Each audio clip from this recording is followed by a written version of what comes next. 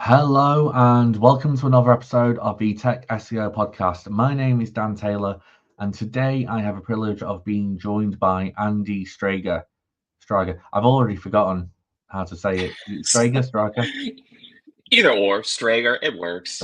Either. We're going to leave this in because I'm allergic to editing things. So Andy, surname choice of pronunciation, is currently a senior strategist at Opera again, it was the British accent, Opera, who are a search-based marketing agency, and he specializes in technical account management, strategy development on page. And we've had a little bit of a pre-podcast chat, and obviously we did all the pre-note things. And what we're going to be talking about today is the Pareto principle and actually applying it to account management in SEO. So, kind of, Andy, do you want to kind of just introduce yourself and introduce what Pareto is for those who aren't familiar with the Pareto principle at home?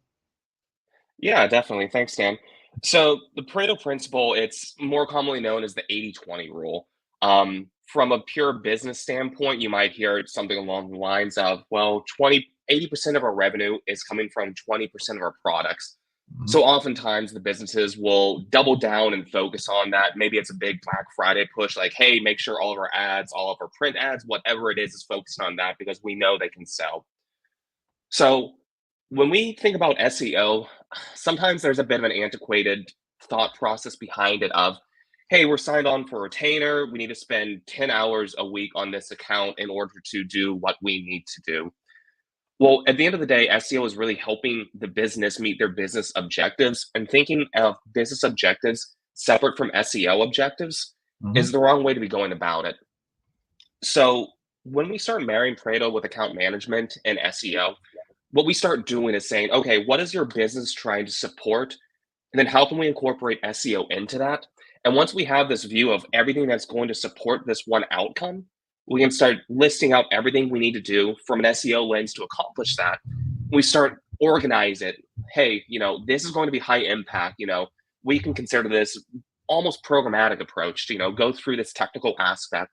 Say there's canonicalization issues. Wow, we can spend 30 minutes, set up this tag, and all of a sudden we have resounding effects across, I don't know, thousands of URLs, as opposed to just saying, like, hey, this is SEO and we want to do SEO. So our objectives are more ranking better, infinite growth, which is impossible. We all know that. There, at a certain point, you have to realize there's diminishing returns. And that's all what Pareto is about, is recognizing when you're starting to hit those diminishing returns. No, definitely. I know in the notes kind of we put together, one of the things you've said there about is also making clear definitions of success. And I Mhm. like the terminology that you've used, and I'll just kind of phrase it. It's like you say, if a goal is infinite growth, then you can't measure it because there's no percentage of infinity, which I think is Yeah. quite a succinct thing. And I'm definitely stealing that for some client comms I'm doing at the moment. Obviously, that's not even taking into account like TAM estimation and headroom of markets and things like that. But so how if you're going to do this 80-20 rule, then that you said is the key that is measurable, how would you go about kind of doing those goal definitions? What are examples of those goal definitions? Yeah, so that's really just working with the client and understanding their business objectives. They should be telling you what their business is trying to do and not the other way around. Because if you're trying to put a square peg in a round hole of no, your site needs to be doing this, but it doesn't align with their business goals, the second you are removed from the conversation and the reports go up to the C suite, it's going to be perceived as a failure. Hmm. So working with your counterpart at whatever, say your agency side, and you're working with, I don't know, some e-commerce website, saying, hey, let's be very clear that we need to increase revenue by X% in this department. We need to take so much market share away from this opponent. Then it's going to be really easy to go through and start saying, okay, well, now that we have identified this, here are the 10 things within this objective that I have identified today. Let's, Hmm. go through that, accomplish that, then we can reassess. But that we need to do to hit this goal. And when you start hitting that goal, it might come sooner than you think. And that's when it's really okay to acknowledge, like, hey, this only took 20% of our input has delivered 80% of this result towards this outcome. And we are already at goal. And you should 100% keep going through that list. But maybe it isn't just sitting down and, working until 10 p.m. on a Friday night because you still have some checkboxes that are unchecked. Like, oh no, we haven't done all 75 page titles. Oh no, they still have some missing meta descriptions. oh wow, we're already 10% over goal. It's Mm, okay to acknowledge that and then move to the next outcome. Or if your agency side, your weeks get kind of crazy and it's even okay to move to the next client and mm. even work on yourself as becoming a better SEO because you can become more efficient. Because really, this at the end of the day is efficiency in SEOs. Yeah, no, absolutely. And in my notes as well, you say like it's having most clear examples of non-brand traffic increases, organic revenue, as opposed to like the everything everywhere all at once. And I think sometimes that I completely agree. There needs to be a steer from a business. You can't. I mean, SEO is a marketing function essentially, and Yeah. it needs to have that wider marketing steer. And I've actually started saying to a lot of like prospects I'm speaking to now that for me, rankings and traffic are symptoms of SEO or a Hmm. measurable kind of gauge, but you can have traffic and you can have Yeah. rankings that have absolutely zero impact on the business. And I mean, I'm even having this conversation right now where there's a couple of terms a client ranks for which are quite seasonal. And Hmm. when market goes to market and shows intent, they are top three. The rest of the Yeah. year, the other 50 weeks, 49 weeks of the year, they're upper page two in the 10s, 11s, Hmm. because everything else above them is informational and doesn't care. But when market is ready to put hand in pocket in hand over coin, they're there. So it's trying to make that Yeah. explanation of like, do we care for 49 weeks of the year where we are, as long as we're there when people actually matter and people actually want to spend the cash. And it's tying in that seasonality. And I think that ties in nicely with the Pareto rule of if we do everything everywhere, it's about having those individual focuses and individual sprints. Um, so kind of like time is back in kind of going of what of different things. One thing you've mentioned in the notes is just like looking at identifying areas to have maximum impact for Hmm. relatively low effort. So how would you apply the Pareto 80/20 rule to this? Yeah. So whenever I look at that of, trying to find areas that have the high impact, that usually comes back to tech at the end of the day. We're going towards AIO, there's all these evolutions in Google that everyone's, trying to figure out like, hey, if I do this one tiny thing, maybe it'll happen for this one query. And it's an exciting time to be in SEO. We're all loving seeing everyone with their, tinfoil hat conspiracy theories on how to get in there. But it is at the end of the day foundational. It's going back to your roots. I use the issue of canonicalization issue. You need to be looking at your crawl stats. If you're going through and looking at your crawl stats and you have so many, discovered not indexed, that should be your first step because when you get something like that resolved, it's going to have resounding impacts across the organization. And when you're first starting in a relationship, of course you have these outcomes defined and you help achieve them. However, when you do stuff like that, these wide sweeping changes, the domain as a whole is going to get a big lift. So if they are more into the vanity metrics, I guess you could say, that will help you boost the vanity metrics. Everyone's happy while you can start achieving those outcomes. And once you have the trust of 3 months of, say, vanity metric improvement, because you have made sweeping changes across the domain, it's so much easier to shift the conversation back to it of like, hey, we're 20% up on traffic year over year. Let's all pat ourselves on the back. Okay, how are we doing in sales? Because that's what we Mm. care about. Yeah, no, absolutely. I think sometimes it's making that distinction because I know I've inherited accounts and past accounts on agency side where yeah, the vanity metric side it's just like you said, it's about building that trust with key stakeholders in the Mhm. business. I've had to produce reports on like bounce rate before, and regardless of my feelings on it, Yeah. over a period of time, I was able to actually kind of wean them off the bounce rate metric and actually Mhm. like it's like stop looking at that one, have a look at this one over here because that's your revenue. Do you like this one Yeah. more? And it's the shiny key syndrome. But it's Yeah. also a little bit about wider mindset, I guess, and education side to it. Yeah. Um, Hmm. so in this, okay, you mentioned like the single keystroke, making the sweeping changes, hours worth of work, things like that. Hmm. How would you use the 80/20 rule as well when it comes to that prioritization of technical issues with the client? Or Yeah. yeah. Yeah, very much so. It's as we discussed before, the outcomes that you're trying to achieve. What I like doing is listing everything out in a Google sheet. Shocker, the SEO likes Google Sheets. But when you have everything there, it's so easy to, I mean, quite literally when I'm doing it, there's a hierarchy. I have two columns, effort, impact. Super simple, just drop downs, low, medium, high for each. And once you start going through and saying, like, okay, we have robots text blocking all collection pages. Okay, low effort, high impact. That's what you should be going for, and that should be what you're starting with.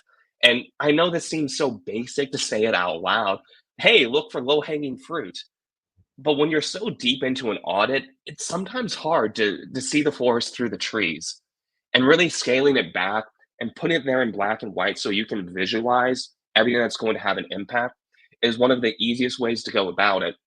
Because after you're a few weeks into an audit and you're finally presenting everything, you know, the client sometimes will see things like, hey, like we're missing a page title, Yoast gave us a red dot, we need to focus on that. Um, and it's the Yoast red dot and cornerstone stuff. Yeah, chasing the green dragon is what I like to say sometimes.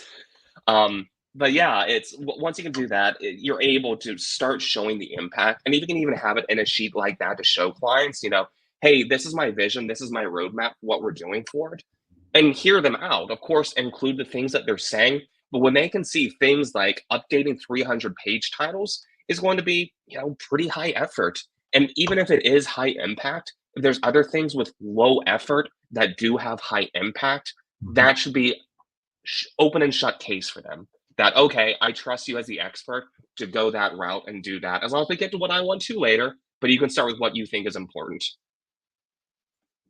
No, that makes sense.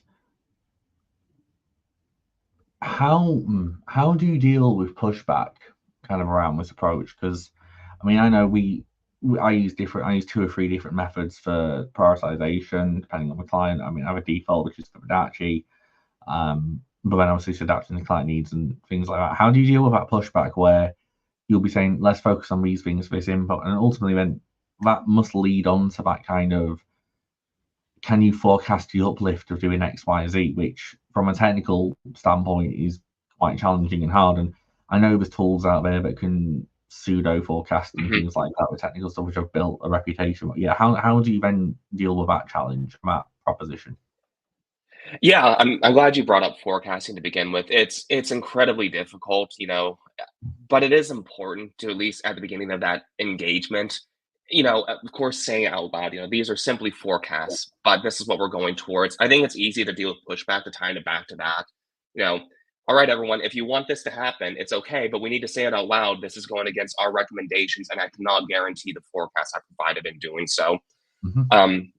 That's usually a bit more of a last case scenario. I don't like doing that. It feels a bit aggressive up front. In those instances, I like to educate as much as possible. And that's what helps build the relationship, which allows you to start prioritizing one thing over another. And they say, hey, I think we need to do this. Then, find them an article. You don't have to spend hours. Find them one of the best articles written about it. Give them the bullet points and just say, this is what it is. We can still continue if you think so, but I just want to make sure you understand the time going into it and the anticipated impact I see from it. 9 times out of 10, that's going to work. Then you can break out the forecast card. Yeah, no, absolutely. So I kind of guess segueing away from kind of a Pareto principle, one thing I know kind of on the note sheet you shared a few opinions on, which I'm kind of curious around. And this is kind of moving to more stuff on the SEO horizon, potentially, shall we say, which kind of probably then does impact forecasting. So it's a semi-related sidestep, but OpenAI, Search GPT, the ChatGPT world, the two kind of standing questions. One, do you think it'll ever actually be launched as a standalone search engine or a search product? And then B, do you think it'll ever actually be able to rival? I say Google's dominance, but I'm actually going to throw Bing in there as well, because Bing is the second, obviously, most dominant search engine globally. Yes, it's in Google's massive shadow, but Bing must be that, like, if you're entering that search market, you're not aiming to take off Google potentially, you're aiming to take off Bing as well. So yeah, do you think it'll ever be launched, and do you think it stands a chance really about mass market adoption? Yeah, so I think it's going to be launched. I think we're still a ways out. They have I forget how many people doing the trial right now. I could see us It's doing 10,000, they said, or something like that. something like that. So I'm sure they'll get notes back. I could see it being released as a beta, maybe late next year. So I don't think we're really seeing like full, release of it until my gosh, 2027 at the earliest. Um, But even when it is launched, I don't think we're going to see mass market adoption. We've seen, I think everyone right now perplexly AI is what a lot of people bring up. Is like, oh, is it, that's generative search. It's going to take everything. Chat GPT, while we still use it a lot, and there are industries that do use it, it's not in the headlines like it was before. The hype has died off from, people doing casual browsing like, hey, Chat GPT, should I buy Gucci or Louis Vuitton? That's the type of browsing that's never going to leave Google. Mm. Talk to me after all this antitrust stuff, maybe that'll change in a year. But as it stands today, I just don't see casual searching ever leaving Google. At the very most, we'll see some niches maybe flock to it, like we see a lot of SaaS, say, engineers using Perplexity. Yeah, no, definitely. I'm trying to find this. There's some stats which I saw a couple of weeks ago. I'm trying to find it desperately. I also did check with Search GPT just now. It is 10,000, which Okay.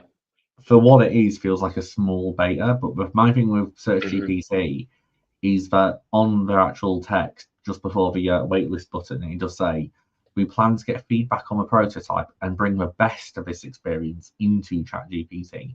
So this could potentially be an amalgamation of both products becoming Yeah. one versus here's a generative engine and here's a search engine. It's a here's one engine kind of thing, which is quite similar, I guess, to kind of more of a Hmm. Bing Copilot approach, and also Yeah. relatively then similar to Baidu's Ernie, and a little bit like what Naver's doing with Hyperclover and Q over in Hmm. Korea, um, which Yeah. could be quite interesting in that sense. But the stat I'm trying to find, and the graphic is eluding me completely, it the market share of like Perplexity versus Gemini, like monthly active users, I think that's what I'm trying to find. So I was Yeah. trying to put this together for a post.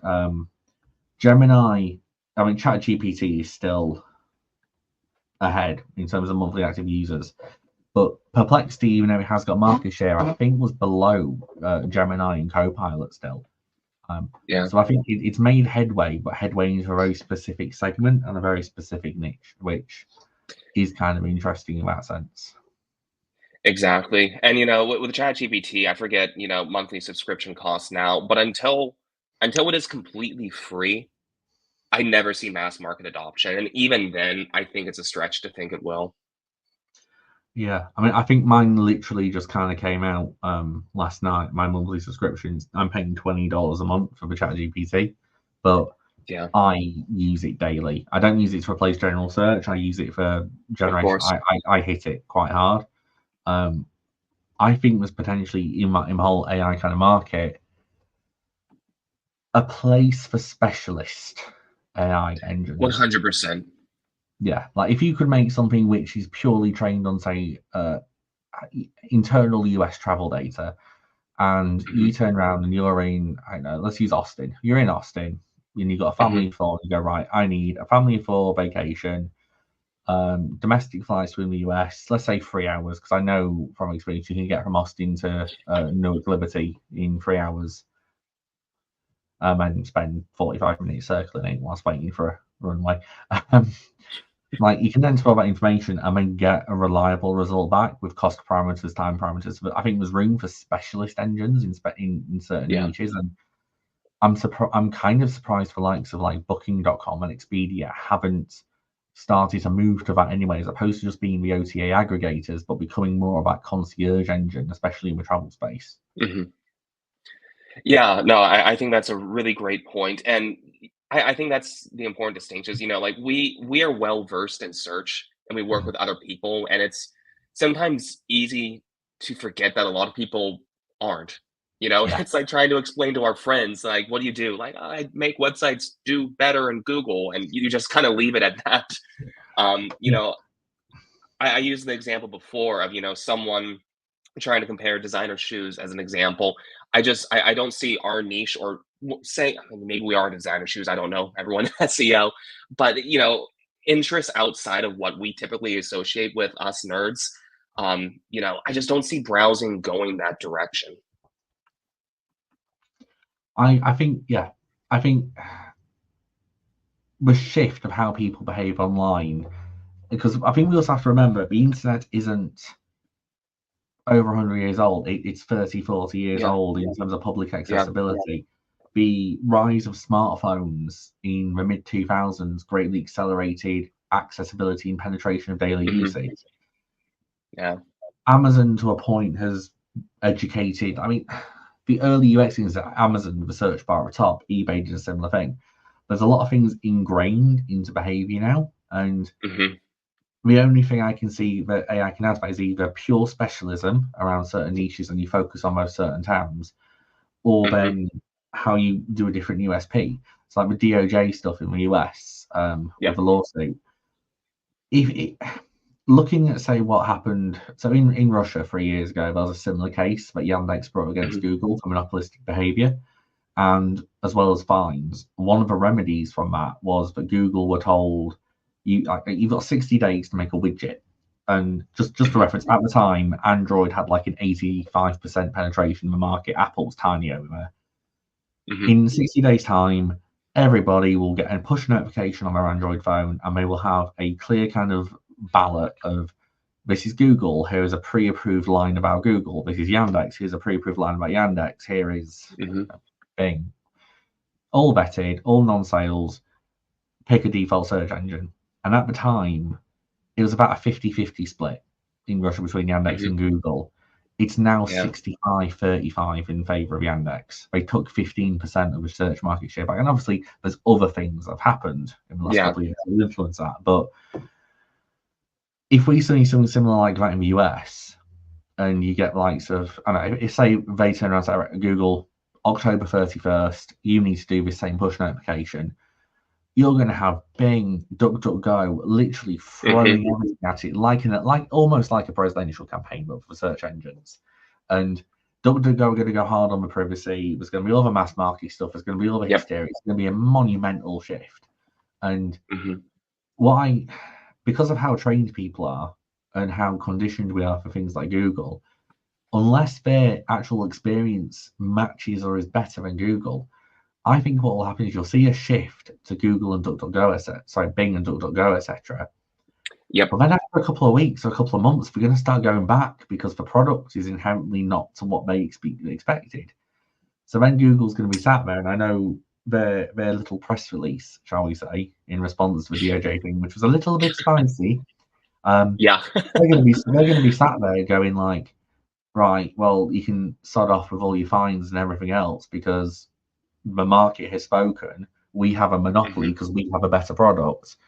If you yep, want to break up our monopoly, go invest in DuckDuckGo, go invest in Microsoft. But until then, sorry for being the better product. And I can see that kind of yeah. happening. Yeah, I'm glad you brought up DuckDuckGo though, because I really think they're the quiet player in all of this. If people have more accessibility to other search engines once they start finding it out, Google, a lot of people at this point in time kind of see it as a necessary evil. And when they Mm, find out there's alternatives out there like DuckDuckGo that, just hey, we're privacy is our number one thing. I think more people are gonna go there. I just don't think enough people know about it. And I mean, if I was over there, like their C-suite has to be salivating right now at the oh, yeah. prospect of Google, like, hey, dev sprints, like every week we need to roll something out. Like this is our chance to strike. So I think if some of those smaller players, like DuckDuckGo, heck, even what is it, Ecosia? Their Yeah, thing is Coach, yeah. planting trees. Yeah, ones like that, this is their chance to strike. And I think ball's in their court more so than anything else, which is kind of like what the statement from Google came out saying. Yeah. But I think it's legitimate. I mean, DuckDuckGo in the UK have been doing some, even prior to this, some aggressive kind of out of home advertising, kind of big billboards on key community Yeah. routes around cities and things like that. So they have been working hard on that top of them. But yeah, this is very much a Google sat at the throne Hmm. and everyone else is kind of just entering the kind of throne room, and Google's essentially got the right, come and have a go kind of like stance, Yeah. and they've got to level up. It's going to be interesting to see what happens, especially if, I mean, I think there's always going to be that shift, and then there's going to be a Hmm. shift back potentially, and then it's just what that leaves not only um, the DOJ in a position for, but then it's like all these other conversations around potentially breaking up Google. So like if you remove Chrome from the equation, Hmm. does that Yeah. mean that Google's going to lose Chrome and nav boost data? So that's going to change all the rankings and everything else as well. Google's Yeah. very much got this stance of, well, if people choose us when you've asked them not to, and they still choose us, it makes everything else nearly unenforceable and then sets a precedent Hmm. for any future tech thing. So as much as Google is a necessary evil, this could backfire spectacularly in the long term and almost create the tech evil that they're trying to prevent. Hmm. Okay. Yeah, it's a crazy time, and it's is Google focusing in the right areas too? They keep saying this is what the people want Google. Well, Google's focusing on innovation, which is so exciting. Generative search is a cool time to be alive, but is it what a casual searcher really wants? Do they want everything spelled out? Here's sometimes people might even see it as creepy. Talking to me. Just the other day, I was in Spotify. I have their Mm. Spotify DJ in beta, and starts off, "Hey Andy, I've got some tunes selected for you." It's almost a little creepy sometimes, and maybe people just want basic. We see people going away from smartphones because they're overwhelmed. Maybe they just want a dumb browser that doesn't track them. Yeah, I mean, I use Xavier X as he likes to call himself as well, and Yeah, yeah, exactly. it's just a little bit like I love I for me, I think it's great. You're looking through my back history, you're looking for new stuff. Sometimes I just want to listen to some like so my Android Auto. I get into my car at say 4 p.m. It uses the Mhm. GPS. It knows I'm at the office. It knows I'm Yeah. pretty much going to one of three locations because of what it's done previously. So it puts up the driving times immediately. Like it almost feels like, okay, Spotify, you've done this really good job. You've essentially got a really good AI playlist that toes the line into looking at other stuff in adjacent genres, and it's using all the data you've got. What I want you to do though is understand I'm getting in the car to go to drive home. Understand that it's Friday and actually give me Mhm. that interaction of, do I want something new or do I just want Yeah. ACDC Thunderstruck doing 70 miles an hour? Like Yeah. that's the smart DJ there. Like read the room, read the dance floor, Yeah. read the market, not just kind of, otherwise it's just a recommendation engine at that point with personalization. Yeah. Yeah, and, as it keeps getting smarter and smarter, but sometimes it isn't. Just the other day, I was doing some, research for a client, and, I had the search is jerky Whole30 approved, I think was the query, and I Mm-hmm. did it, and it had, generative search AI, here we go, here's your AI overview, and it's, talking about, yes, some of them, maybe not, make sure to read the labels, and then I closed my browser, closed the tab on accident, typed it again, but I had a typo, completely different intent. Mm. Yes, some brands are. Here's 5 brands that are. And what do I want? They don't know what I want, and they only have one option for an AI overview that's gonna take over almost an entire view screen of like, "Hey, Yeah. here's transactional and here's informational." Maybe I'm over this. Just give me 10 listings. Let me make my own choice. Yeah. And even then, it's how much of that's been influenced and served. And I think there's going to be that finding the balance because I just don't think anything is going to have enough user data. And I know Google with AI overviews has been Yeah. in base in a lot of different countries and stuff, but it's going to take years to shape Mhm. the user behavior around this, like it took years to shape. I mean, the first iPhone came out in what, 2004? And we Yes. didn't get something like that. And we didn't get Mobile Geddon until 2016. That took 12 years. I think Mhm. a lot of the manufacturers are hammering on the AI features at the moment as an added benefit from the operating systems, but I still think we're in that kind of the market is still working out exactly what they want from this because at the moment it's shiny and new, and I don't think Mhm. anyone is yet fully realizing the benefits they get from this. And until they work out the Exactly. benefit tree, we're not going to know where this sits in that ecosystem. It's like the iPod Minis that first came out in the mid 2000s, which were like $50 and cheap. It's like Yep. that's the entry level products. People don't want the screen; they just want music, and they want music accessibility. So it's going to be interesting to see how this kind of rolls out. But no, so I kind of guess that draws us to a close for today's episode of the Tech SEO podcast. I want to thank Andy again for joining me and taking time out. Thanks, Dan. I appreciate it. And thank you to everyone for listening at home or in the office, in the gym, or screaming into a spreadsheet like most SEOs tend to spend their days. If you like this episode, please do check out the channel for other episodes, and also please do subscribe or follow/subscribe to the audio version of this podcast on Spotify, Apple, Stitcher, whichever one you're listening to us on. The API spits out to all of them. So I've been Dan Taylor, and this has been the Tech SEO podcast. Thank you very much for watching.